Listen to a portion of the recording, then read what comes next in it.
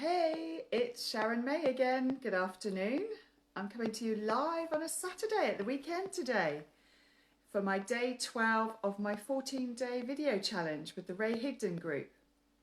I hope you're well. Today I'd like to speak to you about 8 morning habits that will simplify your life.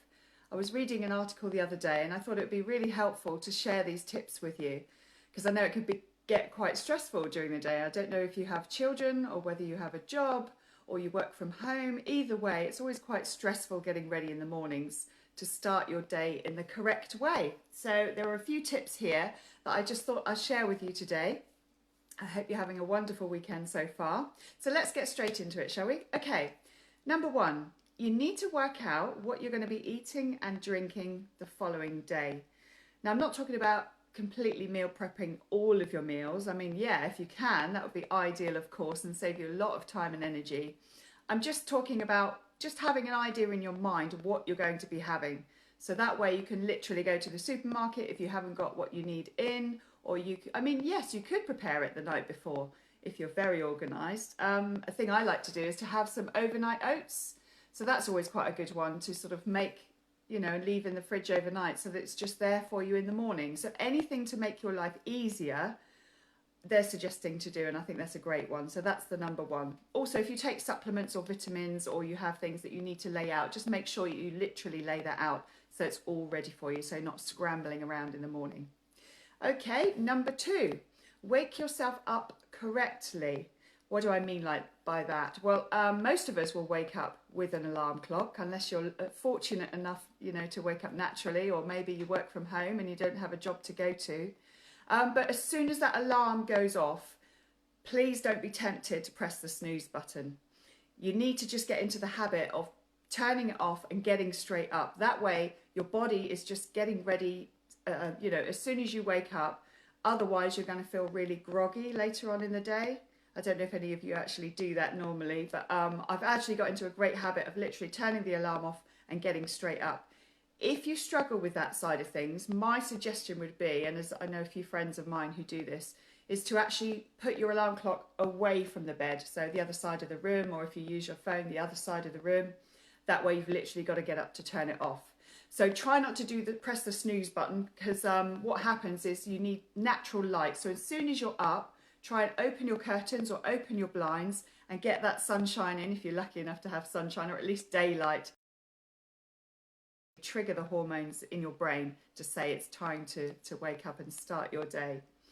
Number 3, prepare things that you think you may forget, or that maybe you forget all the time. If you do it the night before or the day before, it just takes away the stress. Have you ever sort of have to look for something at the last minute? I know I do with the children, or I have done. I'm trying to get better at this. So I thought this was a great article. So try and get everything ready that you may forget. It says here, make sure that you have all of the things that you normally forget and that they are within easy reach. Sounds simple, really does work. Organise everything you need and put it in one place. So your keys by the door, for example, not too close for obvious reasons, but always have things in the same place, whether it's a handbag, a rucksack for work, and your keys. Just know where they are. Just makes it so much easier. Number 4, don't get distracted. What do I mean by that? We're always tempted to actually grab our phones first thing in the morning. You can do, it's not great, but do it after you've done all the things that you know you need to do first. So just the obvious ones like waking up, you get your shower and then you get dressed, or maybe you don't. Maybe you just get up and you get dressed and you've had your shower the night before. I'll come on to that in a minute. But it just says, don't go on your phone straight away. Get clear on the things you actually need to do, and then you can obviously go on your phone and scroll and check any emails or messages you may have.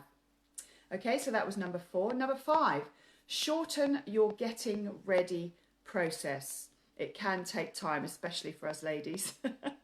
Years ago, when I worked in an office, I would need to wear a full outfit, full makeup, hair done and everything.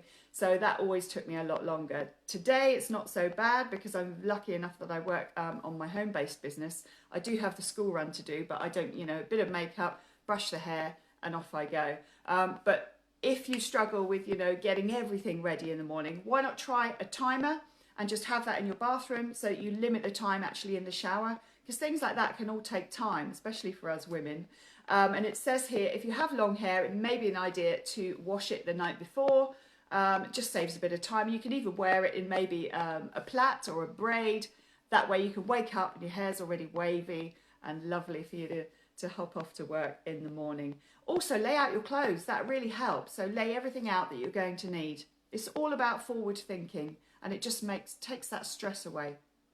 Okay, number 6, make a schedule for the day and stick to it. Do you remember a couple of days ago, I actually said to you, I did a live video on the brain dump. You remember, and I got you to do your list and then to put lines through things that don't float your boat, that you're not passionate about. Put a line through things that you cannot control or things that are out of your control. So have that list and do that. You can do that on a daily basis. So have your to-do list, but that's one way of narrowing it down, and just stick to that. Okay, so don't make it too complicated. You don't want to go into that overwhelm, which is not great. Okay, we're on to number 7. An overlooked way to simplify your life is to keep your hallway clear. That sounds really easy, right? But do you ever have a hallway that's full of stuff that, throughout the year? So what I'd like you to do is just keep it seasonal. So I'm here over in the UK and it's quite chilly. So I need things like coats, winter coats, boots. We're almost ready for scarves, hat and gloves, I think, but not quite there. So I've actually got rid of all the summer stuff, like the flip-flops, the sun cream, the sun hats, which is normally in my hallway. But just silly things that you may still have there. So get that out the way. It might be the other way. I don't know where you're watching from, the other side of the world. It might be the reverse. But don't have everything in your hallway. It sounds simple. Even if it's unopened post or shopping bags or something, just have a nice clear hallway, because that's the last space that you leave before you go out the door, and it just sets you up for the day to have that all clean and clear and tidy. Okay, what number was that? Number 7. And very last one I've got written down here is to give yourself some breathing space. Okay, so if your daily schedule is so well orchestrated that if you don't leave the house at a certain time, you've had it, then it's not a great schedule. What you want to do is to give yourself some breathing space for things like emergencies. Something happens, you drop something, something smashes, or something happens, the children do something. You need to have that little leeway either way, okay? So don't make it so tight that you've got to be out the door at a certain time. Always give yourself, an extra 10-15 minutes, however long that suits you. If you don't use that time, then great. You've got time to scroll your phone. You've got time to read a few pages of your favourite book, for example, or just sit down and have a coffee and enjoy it. You don't have to be on such a tight schedule that it's going to be live or die whether you get out that door or not. Okay, so give yourself some breathing space, and hopefully that will actually reduce the stress and give you a really good positive start to your day. Okay, so that was my video for today. That was my day 12. I hope you got some value from it. I do have 8 more tips for you, but this time they're evening tips. So it's just to help you with preparing the night before. So if you would like those, drop me a private message and I'll be more than happy to share those with you. All right, I hope you're having a wonderful Saturday.